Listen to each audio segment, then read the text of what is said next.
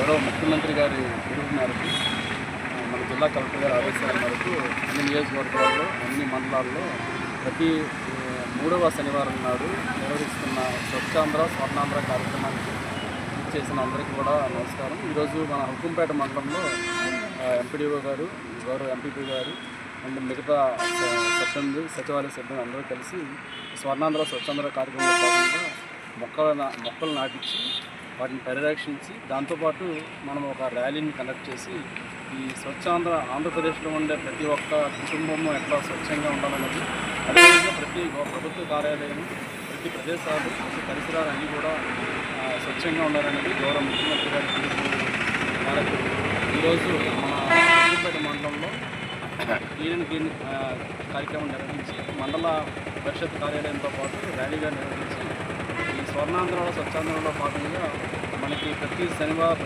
శనివారం నాడు చేస్తున్న కార్యక్రమానికి కూడా ఒకసారి ధన్యవాదాలు తెలియజేస్తున్నాం.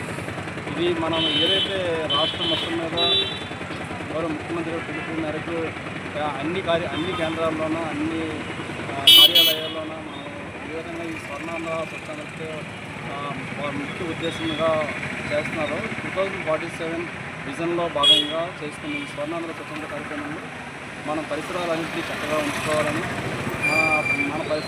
మన ఇంట్లో శుభ్రంగా ఉంచుకుంటాము.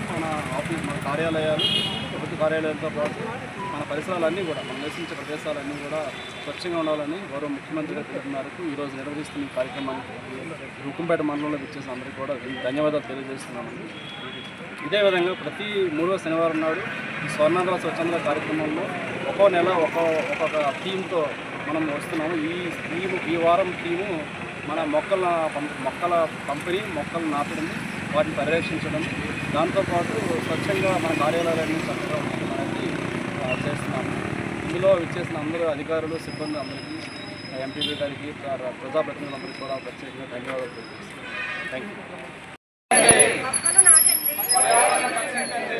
చెట్లు నాటుదాం, ఆరోగ్యంగా ఉందాం.